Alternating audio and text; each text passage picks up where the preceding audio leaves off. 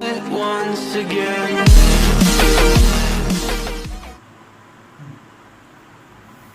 Have a nice day, student. Today we take new chapter 4 quadratic equation. तो आज हम लोग क्या पढ़ेंगे? क्वाड्रेटिक इक्वेशन पढ़ेंगे। तो क्वाड्रेटिक इक्वेशन आप लोग वैसे भी पढ़ लिए हैं, चैप्टर सेकंड में वही है, ये भी सेम, कोई भी डिफरेंस नहीं है। अब हम लोग इसमें पिछले चैप्टर 2 में हम लोग क्या पढ़े थे? क्वाड्रेटिक इक्वेशन को सॉल्व करना माने x की वैल्यू फैक्टराइज मेथड से हम लोग निकालते थे। तो x की वैल्यू निकालना और उसी का रिलेशन निकालना है ना, रिलेशन बिटवीन जीरोज। लेकिन इस चैप्टर में हम x की वैल्यू निकालेंगे अलग अलग मेथड से, और इसमें अपने क्वाड्रेटिक इक्वेशन जो भी दिया जाता है उसका नेचर पढ़ना है हम लोग को। तो यहाँ देखिए, क्वाड्रेटिक इक्वेशन में डेफिनीशन है। डेफिनीशन तो आप लोग चैप्टर 2 में ऑलरेडी बताया गया है। ऐसा इक्वेशन जिसकी हाईएस्ट डिग्री 2 हो उसको हम क्वाड्रेटिक इक्वेशन बोलते हैं।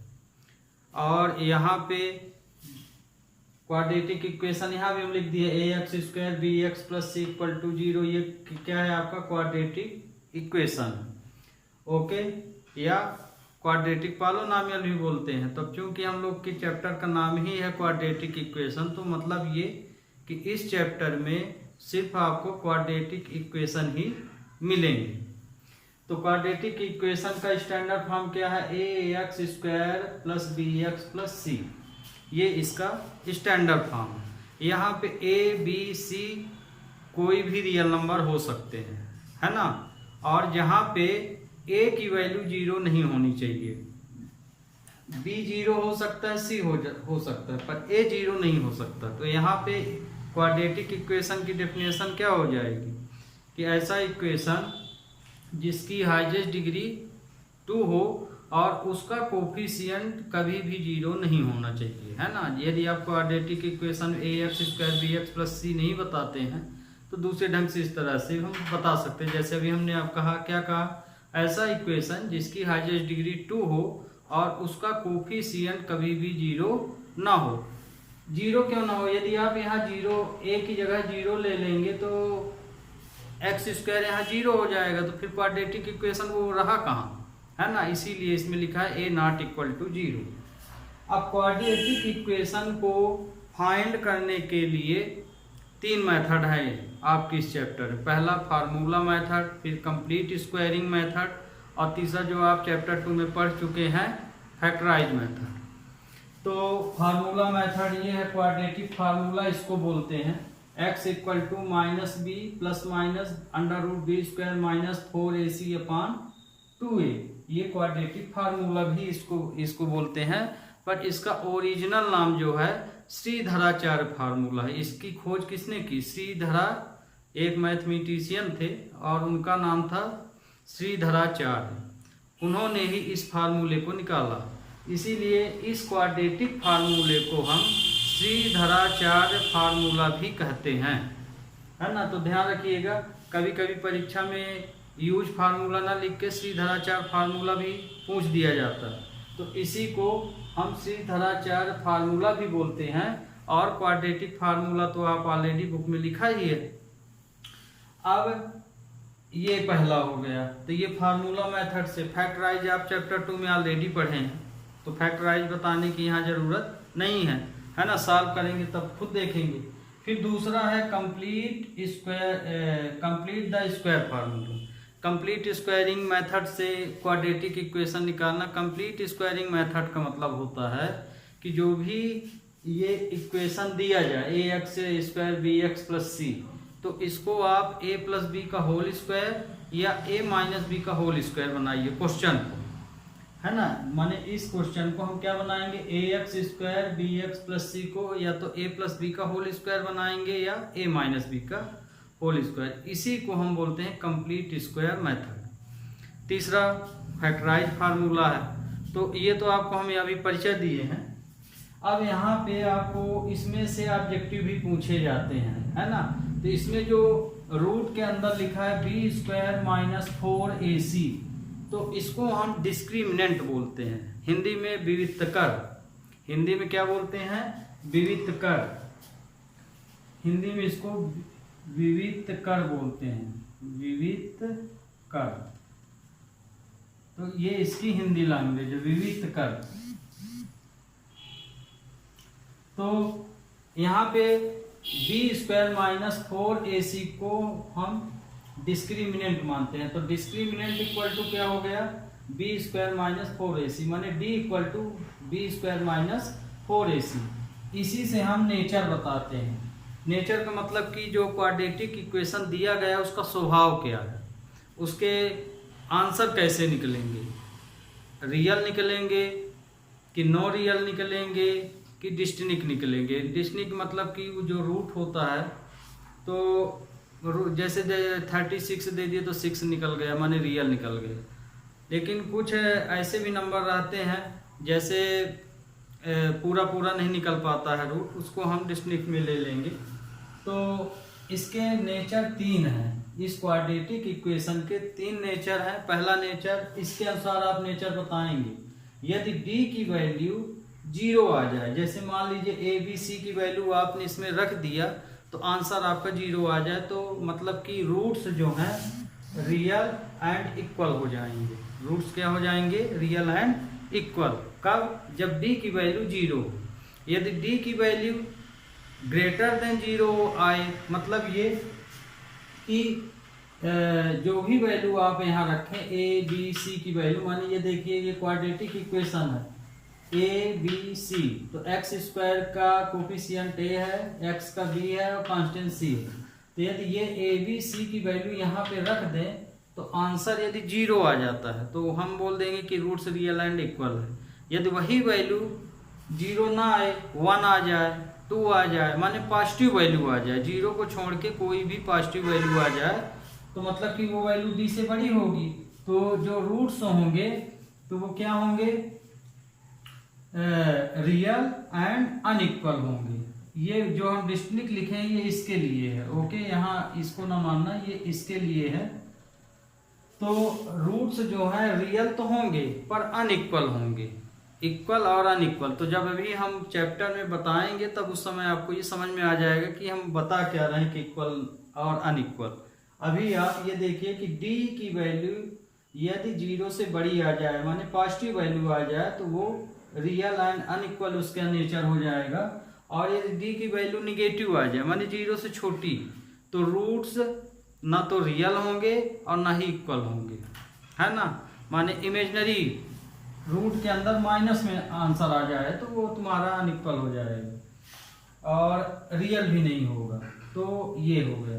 यदि आपको कंप्लीट स्क्वायर मेथड डायरेक्ट नहीं बनती है, बहुत बच्चों से नहीं बनती, बहुत बच्चों से बनती है, -b का होल स्क्वायर वो लोग डायरेक्ट तोड़ लेते हैं, उनसे अच्छे से बनने लगता है।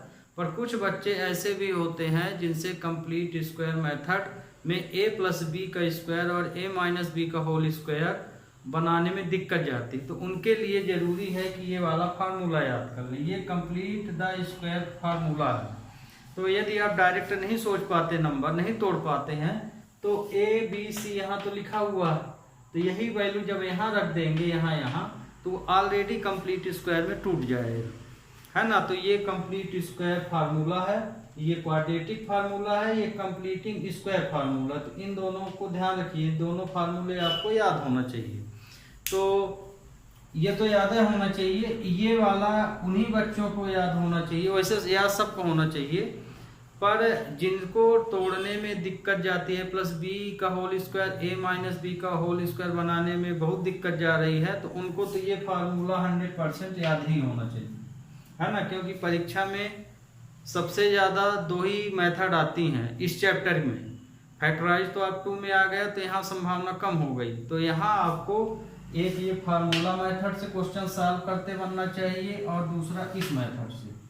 फैक्टराइज तो हम लोग हमेशा ही करते हैं, तो वो लगभग सभी बच्चों से बनता है। अब ये देखिए, ये तो हम आपको बता दिए। तो यहाँ पे b² - 4ac क्या माना जाएगा? डिस्क्रिमिनेंट माना जाएगा, और वही क्वेश्चन का नेचर बताएगा। या d की वैल्यू 0 के इक्वल है तो रियल एंड इक्वल नेचर हो जाएगा, और यदि डी की वैल्यू पॉजिटिव आती है, 0 से बड़ी आती है, तो रियल बट अनइक्वल आएगा, उसके रूट्स अनइक्वल आएंगे। रूट्स का मतलब यहाँ जो जीरोज वहाँ पढ़े थे चैप्टर सेकंड में, माने x की वैल्यू को हम लोग जीरोज में ले लेते हैं अल्फा बीटा को, वही यहाँ अब उसका नाम रूट्स हो गया है। तो रूट्स जो है यदि ग्रेटर देन है वैल्यू ये डी ग्रेटर देन 0, तो रूट्स आर रियल, मतलब कि वैल्यू रियल रहेगी और अनइक्वल रहेगी, है ना, वैल्यू अनइक्वल रहेगी। और डी की वैल्यू यदि लेस देन 0 है तो नो रियल एंड अनइक्वल रहेगी। अब देखिए, अभी चैप्टर तो हम नहीं शुरू कर रहे हैं, अभी आपको जो अभी बताए हैं उसी को अब हम लगा के बताएंगे, नेचर भी बताएंगे। तो ये देखिए यहाँ पे हम ये सब मिटाए दे रहे हैं। तो ये देखिए, अब आगे तो आप नेचर समझिए, क्या नेचर, ये 3 चीज, क्योंकि ये भी परीक्षा में ऑब्जेक्टिव में पूछे जाते हैं या क्वेश्चन में पूछ सकता है कि नेचर भी बताइए। तो मान लीजिए हम एक क्वाड्रेटिक इक्वेशन लिखे, ये लिख दिए मान लीजिए, है ना, अपने से ले लिए। तो यहाँ पे a की वैल्यू है 2, b की वैल्यू है 4 और c की वैल्यू है 0, c की वैल्यू है 3। तो अब यहाँ पे आपको से हम पूछा गया, जैसे क्वेश्चन में क्या है, a2x² + 4x + 3, इस क्वाड्रेटिक इक्वेशन का आप नेचर बताइए। तो नेचर आप कैसे बताएंगे, डिस्क्रिमिनेंट निकाल के। तो d बराबर है b² - 4ac, d equal to क्या है, b² - 4ac, ये फार्मूला है नेचर के लिए। ये फार्मूला अप्लाई किए, तो यहाँ पे d की वैल्यू ये है। अब इसको आप सॉल्व कर लीजिए। इसको सॉल्व करने के बाद देखिए कि इसकी जो वैल्यू आती है वो कितनी आती। तो b की वैल्यू कितनी है, 4, तो ये 4 का स्क्वायर, फिर a की वैल्यू है 2 और c की वैल्यू है 3, है ना। तो यहाँ पे 16, ये, तो ये देखिए, इसमें से अब इसको माइनस कर दीजिए तो कितना आएगा, 24 को 16 में माइनस करेंगे तो 8 आएगा, कितना आएगा, 8। तो साइन क्या आया, माइनस आया। तो अब देखिए कि जो d की वैल्यू है वो क्या रही, माइनस में आ रही। तो मतलब ये वाली जो वैल्यू है क्या हो गई, 0 से छोटी हो गई, ये वैल्यू 0 से छोटी। तो देखिए 0 से जो वैल्यू छोटी है तो उसका रूट्स क्या हो जाएगा, no real and no equal, ये इसका कहलाता है नेचर। आ गया समझ में। तो इसी तरह इसमें नेचर बताया जाता है। तो मान लीजिए प्लस आ जाता है यहाँ पे, तो ये वाली कंडीशन लग जाती, माने रूट्स रियल होता और अनइक्वल होता। और मान लीजिए यही वैल्यू 0 आ जाती है यहाँ पे, इसको जैसे सॉल्व किया आंसर क्या आ जाता 0, तब ये रूट लग जाता। तो मतलब कि रूट्स रियल एंड इक्वल हो जाता। तो अब आपको ये नेचर समझ में आ गया होगा, फिर जब चैप्टर में आएगा तो और अच्छे से आ जाएगा समझ में। अभी जो कि ये इसका इंट्रोडक्शन करा रहे हैं, तो आपको इसमें क्वाड्रेटिक में क्या क्या है ये सब चीज़ आगे शुरू में ही आपको पता हो जाना चाहिए, उसके बाद चैप्टर उठाना चाहिए, है ना। तो आपको पता चलता जाएगा कि चैप्टर हमारे क्या क्या है। तो ये आपको हमने समझा दिया। अब देखिए किसी भी फार्मूले से x की वैल्यू कैसे निकालते हैं, ठीक।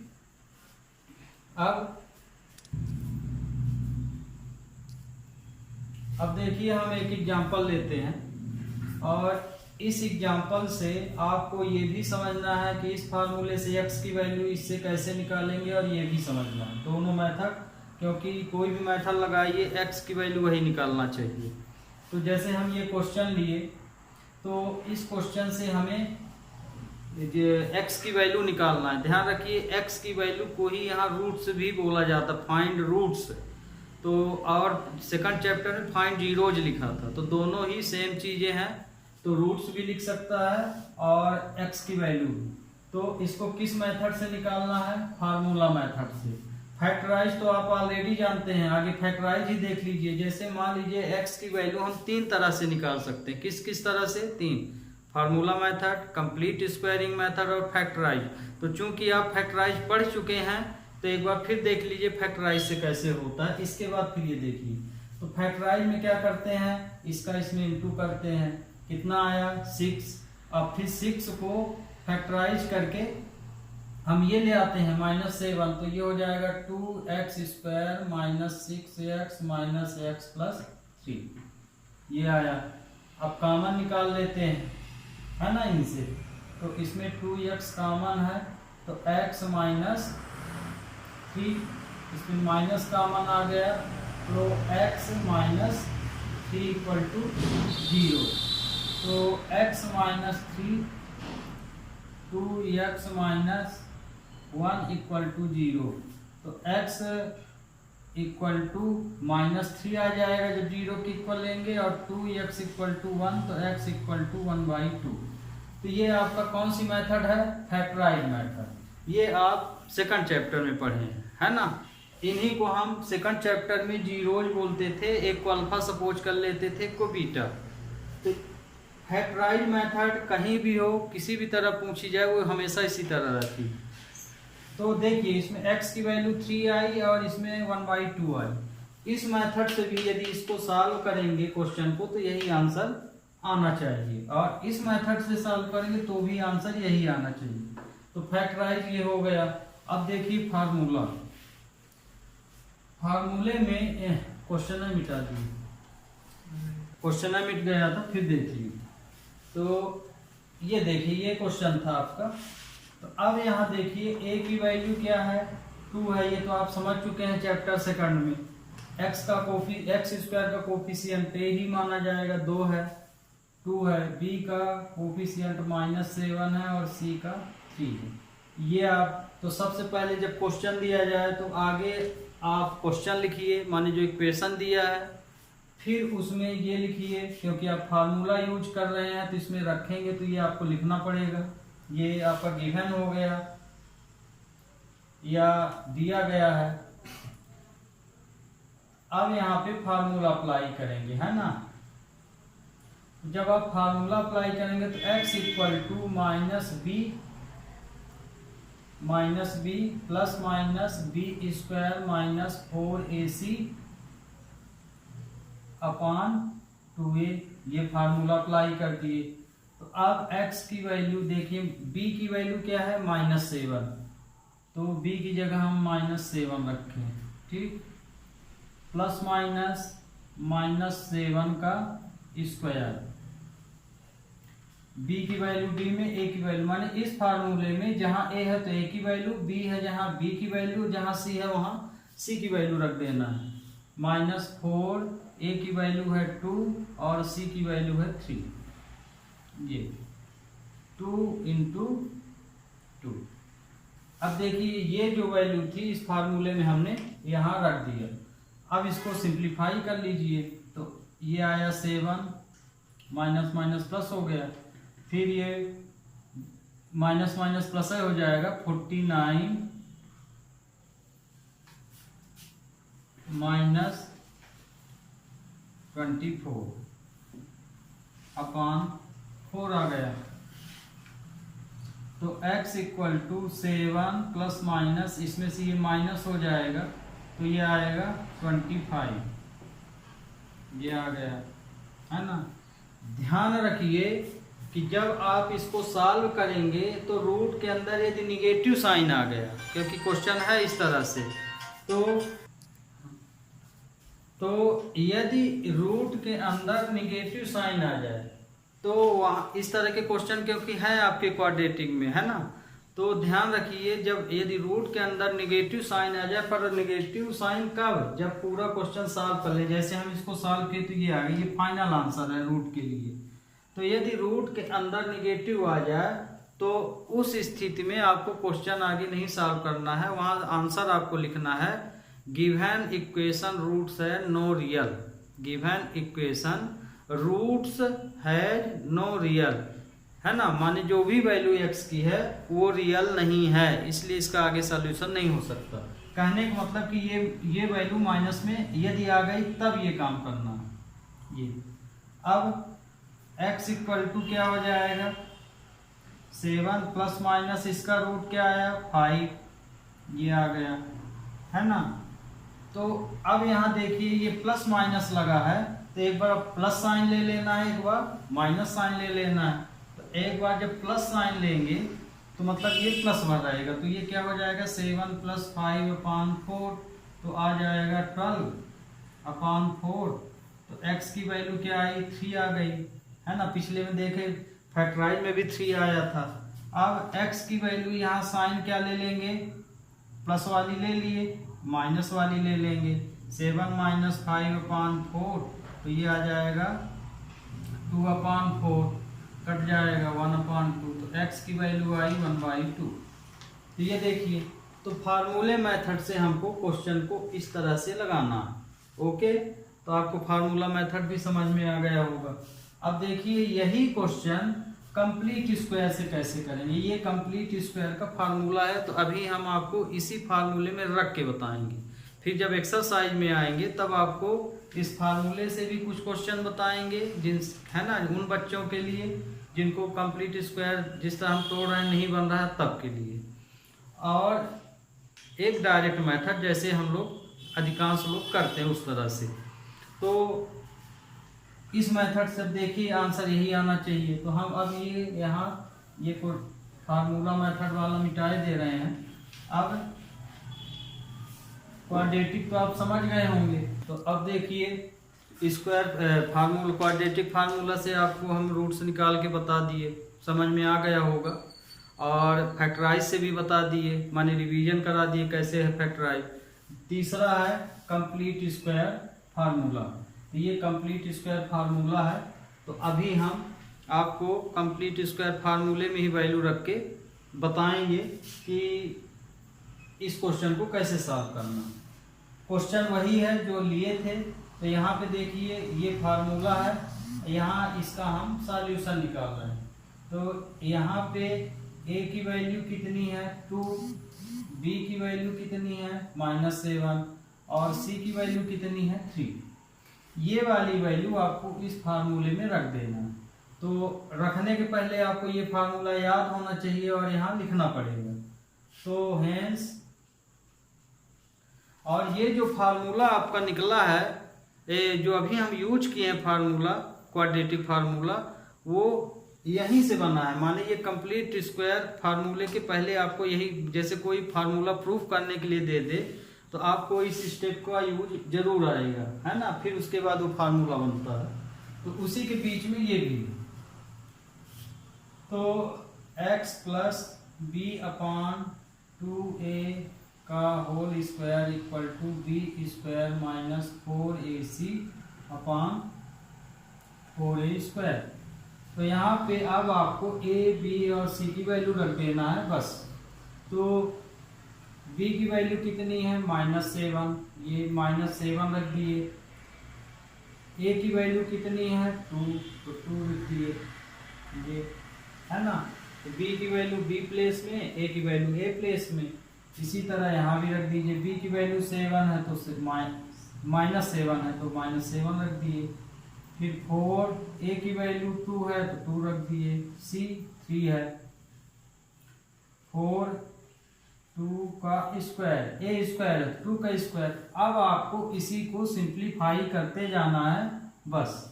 कंप्लीट स्क्वायर ये ऑलरेडी बन जाता है। इधर की जो वैल्यू है ये क्या है, ये जो वैल्यू लिखी है ये कंप्लीट स्क्वायर कहलाती है ना। तो इसी को हम कंप्लीट स्क्वायर मेथड बोल देते हैं। तो माने जो भी ये क्वेश्चन दिया रहता है तो इस क्वेश्चन को हमको इस फॉर्म में बनाना पड़ता है ना। तो ये फार्मूला तो ऑलरेडी बनाया मिल गया, आपको वैल्यू भरना था यहाँ पे। तो अब देखिए ये x माइनस प्लस -7/4 आया, इसका स्क्वायर हो गया, ये 49 हो जाएगा, है ना। माइनस माइनस प्लस 49, 7 से बन जाए। और ये कितना हो जाएगा 24, ये 2 2 जा 4, ये 16 आ जाएगा। अब x माइनस 7/4 का होल स्क्वायर। इसको आगे सॉल्व करते जाइए तो ये कितना आया 25/16 आ गया। अब इसमें से माइनस किए तो अब देखिए ये स्क्वायर रूट हटाएंगे तो क्या होगा, इधर स्क्वायर रूट लग जाएगा, ये 16 ये प्लस माइनस हो जाएगा। ओके, अब x माइनस 7/4 प्लस माइनस 5/4, क्योंकि आप क्वाड्रेटिक पढ़े हैं तो दो वैल्यू होनी चाहिए, तो रूट भी जब भी आता है कोई वैल्यू इधर से स्क्वायर रूट को जब आप उधर रूट लेते हैं स्क्वायरिंग फॉर्म को तो प्लस माइनस लग जाता है ना। और मान लीजिए प्लस माइनस यहाँ बहुत बच्चों को धोखा होता है तो यहाँ पे लगा सकते हैं, जैसे ये प्लस माइनस यहाँ भी आप ले सकते हैं। नहीं पता है यहाँ की रूट लगेगा तो ऑलरेडी प्लस माइनस हो जाएगा। अब ये वैल्यू उधर कर दीजिए तो प्लस माइनस 5/4 माइनस 7/+7 माइनस है तो प्लस है। अब इसमें देखिए ये प्लस है और माइनस है, तो एक बार इसमें भी क्या लेंगे प्लस साइन ले लेंगे, तो प्लस साइन लेंगे तो 5/4 प्लस 7/4 हो जाएगा, तो ये हो जाएगा 12/4। तो देखिए 3 आया फार्मूले में, तो दो मेथड किए दोनों में यही आया था। अब यहाँ पे निगेटिव साइन ले लीजिए, है ना, ये जहाँ लगा उसी को लेना है ये वाली वैल्यू, फिर माइनस 5/4 प्लस 7/4, ये 2/4 आ गया, क्योंकि डिनोमिनेटर सेम है तो हम डायरेक्ट माइनस कर सकते हैं, ये 1/2।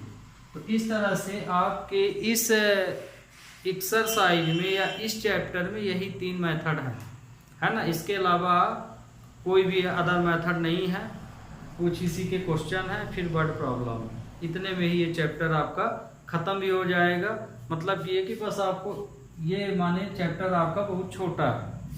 अब हम लेते हैं एक्सरसाइज। आपको मैंने अब लगभग जितना लिखे थे थ्योरी उसके बारे में हमने आपको पूरा डिटेल बता दिया। अब एक्सरसाइज लेते हैं 4.1। इसमें देखिए एक्सरसाइज 4.1 है आपकी। 4.1 में पहला question, check whether the following are the quadratic equation. जो ये इक्वेशंस दिए गए हैं इन इक्वेशनों को चेक करके बताइए कि ये इक्वेशन क्वाड्रेटिक हैं कि क्वाड्रेटिक नहीं। मतलब कि इनको पूरी तरह से सिंप्लीफाई करके बताना है, लास्ट का जो फाइनल आंसर आए आपका वो क्या आता है। यदि वो क्वाड्रेटिक होगा तो निश्चित है कि उसकी हाईएस्ट डिग्री कितनी होगी 2 होगी, है ना, और यदि नहीं होगा तो उसकी हाईएस्ट डिग्री 2 नहीं होगी। ध्यान रखिएगा हाईएस्ट डिग्री 2 ही होना चाहिए। यदि मान लीजिए 3 आ गई तो भी क्वाड्रेटिक नहीं होगा, यदि 1 आ गई तो भी नहीं होगा, माने करेक्ट हाईएस्ट डिग्री 2 ही होना चाहिए। तो अब जैसे ये वाले क्वेश्चन आपको स्वयं करना है, इसी के अकॉर्डिंग हम ये बता रहे हैं। आप देख सकते हैं सेम क्वेश्चन है, इसीलिए उसको हम उधर कर दिए हैं, बाकी इधर। तो ये वाले क्वेश्चन आप समझ लीजिए, इसको आप स्वयं कीजिए। तो जैसे हम सॉल्यूशन फर्स्ट में x + 1 का होल स्क्वायर 2x - 3 लिए। अब इसको सिंप्लीफाई करना है, तो ये a + b का होल स्क्वायर है, तो मतलब कि a + b का होल स्क्वायर आपसे बनना चाहिए। तो a + b का होल स्क्वायर लगाए तो ये आ जाएगा x² + 2x + 1। जिससे नहीं बनता है तो इसको 2 बार लिख के मल्टीप्लाई कर सकता है, इसका 2 का इन दोनों मल्टीप्लाई हो जाएगा तो 2x - 6 हो गया। अब स्टैंडर्ड फॉर्म इसका क्या होता है, ax² bx + c = 0। तो मतलब ये कि पूरी वैल्यू आपको इसी साइड लाना और इसी फॉर्म में लिखना, पहले x² फिर x और लास्ट में ही कांस्टेंट नंबर आपको लिखना है। तो x² 2x, अब ये देखिए ये +2x इधर आया तो -2x, फिर +1 + 6, है ना। हमने लाइक टर्म में लिख दिया, x को x के पास लिख दिया, कांस्टेंट को कांस्टेंट के पास, पूरी वैल्यू इधर ले आया। तो ये माइनस था इधर आया तो प्लस हो गया, ये प्लस था तो इधर आया तो माइनस, तो ये तो कैंसिल हो गया। तो x² + 7 आया। तो अब देखिए ये जो फाइनल आंसर आया ये क्या है, क्वाड्रेटिक है कि नहीं, मतलब है ना। तो इसकी हाईएस्ट डिग्री क्या है 2, तो मतलब कि ये क्वाड्रेटिक इक्वेशन है। जरूरी नहीं कि हमको ये वाला भी मिले, ये 0 हो सकता है या कि ये वाला 0 हो सकता है, तो ये वाला मिल सकता है, लेकिन ये वाला गायब नहीं होना चाहिए, ये वाला नंबर होना चाहिए। तो ये एक क्वाड्रेटिक इक्वेशन है, तो इसको लिखोगे yes, it is a quadratic equation, ये क्वाड्रेटिक इक्वेशन होगा। तो ये वाला आपको समझ में आ गया होगा। अब इसी का थर्ड नंबर देखिए, इसको हम मिटा दे रहे हैं क्योंकि जगह इसमें कम।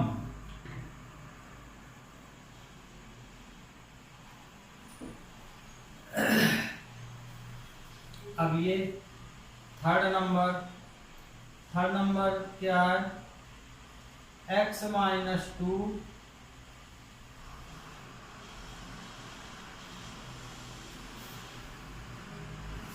x minus 2 x plus 1 x minus 1 x plus 3। ये इसको सिंप्लीफाई कर लीजिए, इंटू से है तो इंटू कर लीजिए, तो x का इसमें इंटू करेंगे तो x प्लस 1 है ना, x का आगे, फिर माइनस 2 का x प्लस 1 में कर लिए, जिससे डायरेक्ट बनता तो डायरेक्ट कर सकता है। x लिए x का मल्टीप्लाई इन दोनों में होगा तो इसको ये लिख लिए, फिर माइनस 1 का इन दोनों में किए तो माइनस 1 x प्लस 3 लिख लिए। अब इसका मल्टीप्लाई कर दीजिए तो ये आएगा, इसका दोनों में किए तो x स्क्वायर प्लस x आया, फिर माइनस 2 का इनमें किए तो माइनस 2x माइनस 2 आया। इसी तरह से यहाँ x स्क्वायर 3x हो गया, फिर ये minus plus minus x minus 3, तो x स्क्वायर देखिए ये सॉल्व हो जाएगा x तो ये माइनस x आएगा माइनस 2, x स्क्वायर ये भी सॉल्व हो जाएगा तो ये प्लस 2x आएगा माइनस 3। अब पूरी वैल्यू इस फॉर्म में आपको लिखना है, स्टैंडर्ड फॉर्म में, माने पूरी वैल्यू इधर, तो x स्क्वायर ये वाला x स्क्वायर ये आया तो माइनस x स्क्वायर हो गया। फिर देखिए जब आप नंबर ट्रांसफर कीजिए तो लाइक टर्म में लिखा कीजिए, x स्क्वायर को x स्क्वायर के पास ले जाया कीजिए, तो ये प्लस है तो माइनस हो गया, फिर ये माइनस x है, ये वाला देखिए इधर जाएगा तो माइनस 2x हो जाएगा, फिर माइनस 2 प्लस 3 इक्वल टू 0।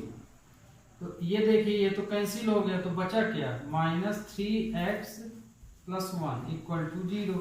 तो ये देखिए ये क्या है, इसमें क्या स्क्वायर है, नहीं है, तो मतलब कि ये क्वाड्रेटिक इक्वेशन नहीं होगा। No, it is not quadratic equation, ये क्वाड्रेटिक इक्वेशन नहीं होगा क्योंकि इसकी हाईएस्ट डिग्री 2 नहीं आई है ना, 1 आई, तो ये तो लीनियर बन गया, तो ये क्वाड्रेटिक इक्वेशन नहीं होगा। आप देखिए इस वाले को 6 नंबर को,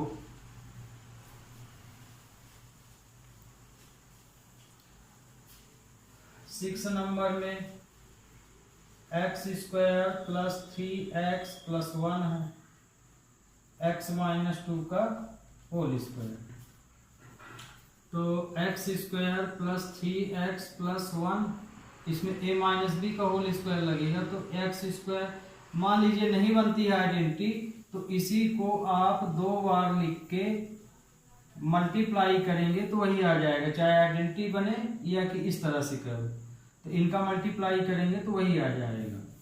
तो जिनको आइडेंटिटी नहीं आती सही में तो 2 बार लिख के मल्टीप्लाई कर लें, एक्स स्क्वायर ए का स्क्वायर फिर प्लस बी का स्क्वायर माने 2 का स्क्वायर फिर माइनस 2 ए की जगह ये है ये, और बी की जगह क्या है ये, तो 2ab ये हो गया।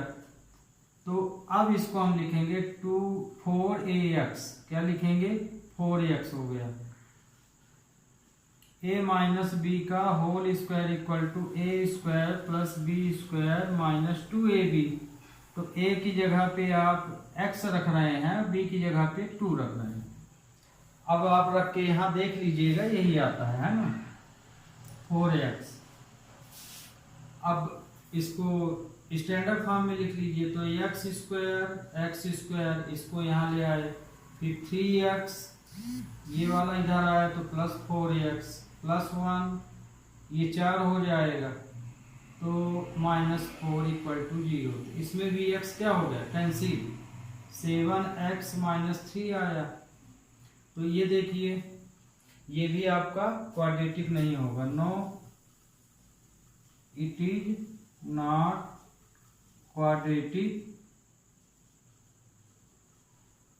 इक्वेशन, ये भी क्वाड्रेटिक नहीं होगा।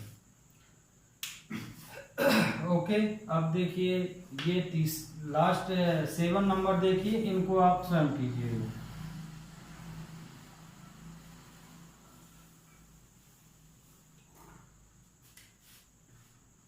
अब ये आपका 7 नंबर, x + 3 का x + 2 की पावर 3 2x x² - 1।